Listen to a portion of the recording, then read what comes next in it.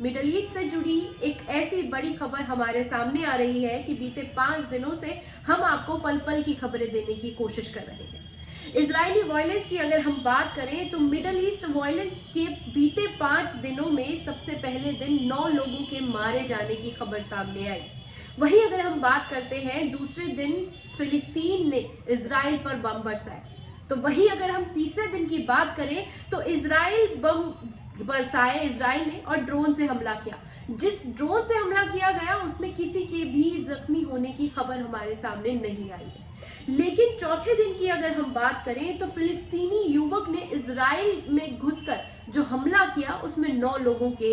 जान से जाने की खबर सामने आई। लेकिन 5वें दिन की अगर हम बात करते हैं तो 5वें दिन में ईरान पर बमबारी इजराइल लगातार कर रहा है और उसके बाद सीरिया की तरफ भी ये हमले तेज हो गए हैं। इसी पर पल पल न्यूज के एडिटर लगातार नजर बनाए हुए हैं। फिलिस्तीन और इजराइल का क्या मसला है, मिडल ईस्ट को लेकर पूरी दुनिया उस पर नजर रखती है, उसके बारे में तमाम खबरें होती हैं, लेकिन वह मासूमों की जान इजराइल अपने उस क्रूरता के चेहरे को दिखाकर बमबारी करता है ताकि उसका नफरत का और बमों का बाजार लगातार कायम रहे। नदीम, मेरा सवाल आपसे यह है कि 5 दिन में न जाने कितने लोग घायल हुए, कितने लोग जान से चले गए, और फिलिस्तीन के बारे में तो क्या ही बात करें, हर कोई बस दुआ करता है अल्लाह फिलिस्तीनियों को बस बचा ले। मेरा सवाल आपसे ये है कि 5 दिन से ये जो सवाल पूरा वायलेशन हो रहा है ये कैसे शुरू हुआ है? सबसे पहले खुशबू, अगर इन 5 दिनों की बात की जाए, क्योंकि अगर पहले दिन पर हम देखें तो किस तरीके से इजराइल ने अपनी नापाक हरकतें दिखाई और 9 मजलूम फिलिस्तीनियों को मौत के घाट उतार दिया, जहां से ये पूरा बवाल जो है वो खड़ा हुआ और इजराइल ने उकसाने के तौर पर उन लोगों को मारा। अब जब आप किसी के घर में घुस करके खासतौर पर हमला करेंगे तो जब जाहिर सी बात है कि एक्शन का रिएक्शन देखने को मिलेगा। जहां फिलिस्तीन के ऊपर से बमों की बरसात, जहां खासतौर पर फिलिस्तीन ने 7 बम बरसाए, जो कि तस्वीरें लोगों के सामने आई। और जब ये फिलिस्तीन ने बम बरसाए तो सबसे ज्यादा देखने वाली बात ये होती है कि जब एक ताकतवर देश एक मजलूम देश के ऊपर बम बरसाता है तो वो चर्चा का केंद्र नहीं बनता, और जब एक छोटा सा देश जो कि इजराइल को, तो कई मुस्लिम देशों ने ये साफ तौर पर इनकार कर दिया है, वो इजराइल को देश मानते ही नहीं है, जिसमें कतर ने ये तमाम चीजें रखी हैं। पर मैं यहाँ ये कहना चाहूंगा कि जब फिलिस्तीन ने हमला कर दिया तो तिलमिला उठ गया, क्योंकि कई बार इजराइल ऑफिशियल स्टेटमेंट ये दे चुका है कि वो किसी भी देश को चुटकी में मसल करके रख सकता है। और जब 2021 के उसमें जब ये जंग हुई तो 21 दिन तक ये जंग चली और पूरी तरीके से पीछे हटने के लिए मजबूर कर दिया था फिलिस्तीनियों ने। ये तस्वीर देश के सामने थी। और जब ये ड्रोन खासतौर पर मिसाइल से हमला किया गया तो इजराइल बुरी तरीके से बौखला गया कि भाई साहब, आपके लोगों को हम मार सकते हैं, आप क्यों मार रहे हैं? जिस बौखलाहट में फिर दोबारा जो है तीसरे दिन पर जो हमला हुआ वो, और इजराइल की जो समय है खासतौर पर हमला करने का, वो रात के अंधेरे में ज्यादा ड्रोन गिरा रहा है, क्योंकि दिन के अंधेरों में उनके ड्रोनों को खासतौर पर नेस्तनाबूद करने का काम तमाम मिसाइलें करती हैं, जो कि तस्वीरें लगातार सामने आती है। रात के अंधेरे में फिर उसने फिलिस्तीन के ऊपर जो है बमबारी की, जो कि तस्वीरें सामने आई। कई जगह पर 2 जगह पर बम मारा और फिर लगातार जो है वो बम बरसाता रहा, पर इस बीच में किसी के हताहत होने की खबर नहीं थी। जहां इजराइल ने जब ये बम बरसाया तो ये कहा कि हम आतंकियों के ऊपर कार्रवाई कर रहे हैं, जो हम लोगों के ऊपर कार्रवाई कर रहे हैं, हम उन आतंकियों को सबक सिखा रहे हैं, जो इजराइल हर बार कहता हुआ दिखाई देता है। पर इन तस्वीरों में हर बार ये देखा गया है कि जो मासूम मारे जाते हैं, बच्चों को शहीद कर दिया जाता है, क्या वो आतंकी है? और इस पर पूरी दुनिया जो है वो खामोशी का चोला इख्तियार कर लेती है। और जब इजराइल ने बम बरसाए फिलिस्तीनियों के ऊपर तो 21 साल के युवक जो फिलिस्तीन में गया उसने गोलियों की बौछार करना शुरू कर दी, जिसमें 7 लोगों को मौत के घाट उतार दिया, 7 यहूदियों को मार दिया। जहां कई नेशनल रिपोर्ट में ये कहा गया कि फिलिस्तीनी युवक ने अपने लोगों का बदला लिया, जो कि ये तस्वीरें लोगों के सामने आई। और इस पर बात करना ज्यादा जरूरी है कि एक तरफ तो आप चोरी छुपे बम बरसा रहे हैं और यहाँ एक 21 साल का युवक आप ही के शहर में घुस करके आपके लोगों को मार करके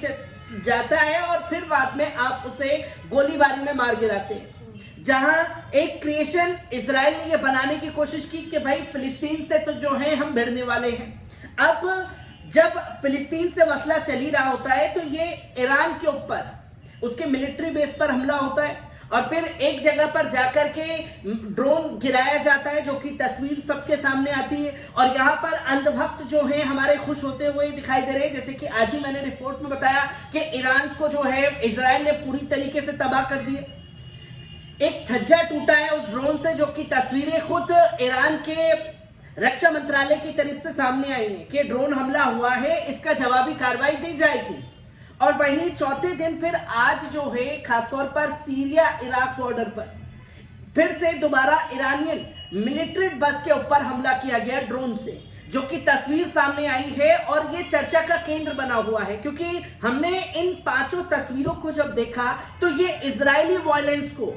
बार बार चिक चिक करके बयां कर रहा है कि इजराइल बार बार ऐसी हरकतों को अंजाम दे रहा है। इस पर यूएन जो दुनिया भर के लोगों का चौधरी बनता है, वो इजराइल के खिलाफ कोई सख्त एक्शन क्यों नहीं लेता। और दूसरा,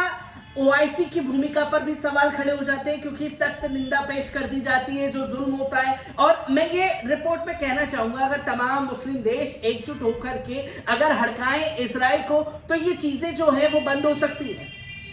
पर तमाम देशों के अपने अपने संबंध जो हैं वो इजराइल से चल रहे हैं, जिस पर खामोशी इख्तियार कर ली जाती है। क्योंकि जब एक 21 साल के युवक ने इजराइल के अंदर घुस करके युवकों को मारा, वहां के लोगों को मौत के घाट उतारा, तो यही यूएन और तमाम लोग जो हैं, अमेरिका ये कहता हुआ नजर आया कि साहब ये तो निंदा की जाएगी, ये नहीं होना चाहिए जो फिलिस्तीन की तरफ से कदम उठाया गया। और जब इजराइल ये चीजें करता है तो उसके ऊपर बोलते हुए नजर नहीं आते। और आज ही जो रिपोर्ट सामने आई है कि वहां बिल क्लिंटन जो है वो वहां पहुंचे हैं, तमाम तस्वीरें जो हैं सामने आई हैं, जो कि आज अमेरिका के रक्षा मंत्रालय की तरफ से उनका दौरा किया जा रहा है इजराइल का, जो कि साफ तौर पर तस्वीरों को बयां करता है कि किसके इशारों पर ये सारी चीजें चलाई जा रही हैं। नदीम, ये तो आपने हमें बताया कि किस तरीके से ये क्या मामला है, उसकी बारीकियों को बताया, पिछले 5 दिनों में क्या हुआ है उसको आपने हमने बताया। लेकिन हम आपसे ये जानने की कोशिश करेंगे कि इस हमले का रिएक्शन क्या है, क्योंकि पूरी दुनिया इसे पूरी तरीके से देख रही है। क्योंकि खुशबू, अगर मैं बताना चाहूँ यहाँ पर जो ये फिलिस्तीन पर हमला किया गया है, क्योंकि फिलिस्तीन जो है वो समय आने पर जवाब दे सकता है, जो कि तस्वीरें सामने हैं। पर ईरान पर बमबारी करके एक अपने लिए खतरे की घंटी बजाने का काम खासतौर पर इजराइल ने किया है, क्योंकि ईरान ये पहले ही कह चुका है कि अगर हमें छेड़ा गया तो हम छोड़ेंगे नहीं। क्योंकि ये कई बार ऑफिशियल थ्रेटन जो है वो इजराइल के लिए, और इजराइल के लिए सबसे बड़ा खतरा है ईरान, क्योंकि जिस तरीके से न्यूक्लियर को तैयार कर चुका है ईरान, उस पर तमाम पाबंदियों के बाद अमेरिका ने लगाई और अमेरिका ने डराने धमकाने की कोशिश की। पर ईरान की जो रणनीति है उसने हर किसी को हैरान किया है, क्योंकि ईरान ने अपने सैन्य संगठनों को मजबूत करने का काम किए, जो कि अगर आप वर्ल्ड लेवल पर देखें, जो कि एक रिपोर्ट सामने आई तो उसमें 5वें-6वें नंबर पर ईरान आता है सबसे ज्यादा मुस्लिम सैन्य ताकतों के देश में। क्योंकि अगर ये हमला ईरान पर किया गया, जो कि तस्वीरें सामने आई, और अगर इजराइल ने इसका पलटवार किया, क्योंकि ये उकसाने वाली कार्रवाई है ताकि ये दिखा सके कि देखिए साहब, ईरान हम पर बम बरसा रहा है, अब हमें कार्रवाई करनी पड़ेगी। और ईरान को टारगेट करने के लिए पूरी तरीके से इजराइल को जो हरी झंडी मिली है वो अमेरिका से मिली हुई है, क्योंकि ईरान जो है दोनों देशों के लिए खासतौर पर सिरदर्द बना हुआ है, जो डंके की चोट पर अपनी तमाम चीजों को करता हुआ दिखाई दिया। क्योंकि अगर ये जंग छिड़ती है तो दुनिया जो है दूसरे जंग के लिए तैयार नहीं है। अगर लोग ये सोच रहे हैं कि रूस यूक्रेन में जंग हो रही है, उसका असर दुनिया पर नहीं पड़ रहा, उसका असर हर किसी पर पड़ रहा है। और अगर ये जंग इजराइल ईरान और फिलिस्तीनी मिलकर के ये जंग लड़ते हैं तो इजराइल को काफी नुकसान का सामना करना पड़ सकता है, जो कि इतिहास में फिर उठने के लिए भी उसे शायद सोचना पड़े। और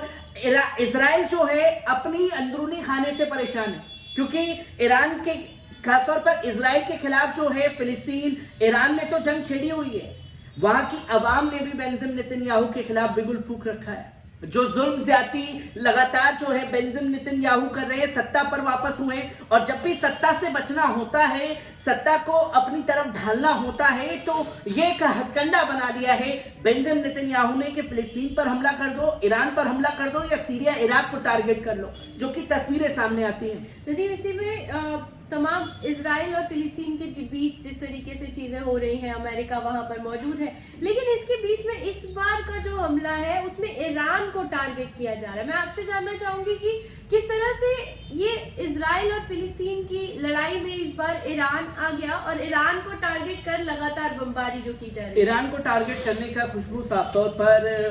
मकसद ये है, क्योंकि जब आपको याद होगा कि जब 21 दिन की जंग चली थी और भारी तादाद में जो हथियार, कई बार इजराइल और अमेरिका ईरान के ऊपर ये आरोप लगाते रहे हैं कि फिलिस्तीनियों को अगर सही तौर पर हथियारों से कोई मदद कर रहा है तो वो ईरान कर रहा है। ईरान ने इस बीच में अपने पास हथियारों का जखीरा खड़ा कर लिया है, और ईरान को टारगेट करने का सिर्फ पर्पस इतना है कि वहां जो न्यूक्लियर वो तैयार करने की कगार पर है, और वो दुनिया को दिखा रहे हैं कि देखिए हमारे पास ऐसे ऐसे साइंटिस्ट हैं जिन्होंने इतिहास रच दिया है।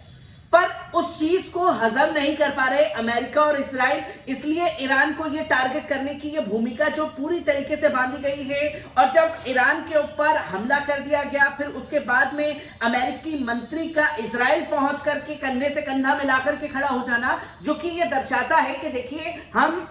अमेरिका और इजराइल इस जंग में साथ खड़े हैं। पर ईरान के ऊपर टारगेट करने का पर्पस ये कि साफ तौर पर हमने देखा कि किस तरीके से रूस के मामले में समर्थन दिया रूस को ईरान ने, और फिर इसी बीच जो है मुलाकात चीनी प्रधानमंत्री से हुई थी। और अमेरिका के लिए सबसे बड़ा खतरे की घंटी जो है वो खासतौर पर रूस और चीन है, क्योंकि यूक्रेन पर भी हमले की वजह जो है वो अमेरिका है। अब अमेरिका यहां से हवा भर रहा है इजराइल को कि आप दोनों में से किसी से भी जंग करो, हथियार हम देंगे, और फिर उसके जो रिजल्ट आएंगे वो बरसों बरस तक चलते रहेंगे, जो कि अब दुनिया जो है दूसरे युद्ध के लिए तैयार हरगिज नहीं है, जो कि ईरान को सिर्फ एक टारगेट के तौर पर बनाया जा रहा है। तो नदीम, ये बात साफ हो जाती है कि अमेरिका की सरपरस्ती में इजराइल मस्जिद अल अक्सा को निशाना बनाते हुए फिलिस्तीन के मासूम मुसलमानों को निशाना बना रहे हैं,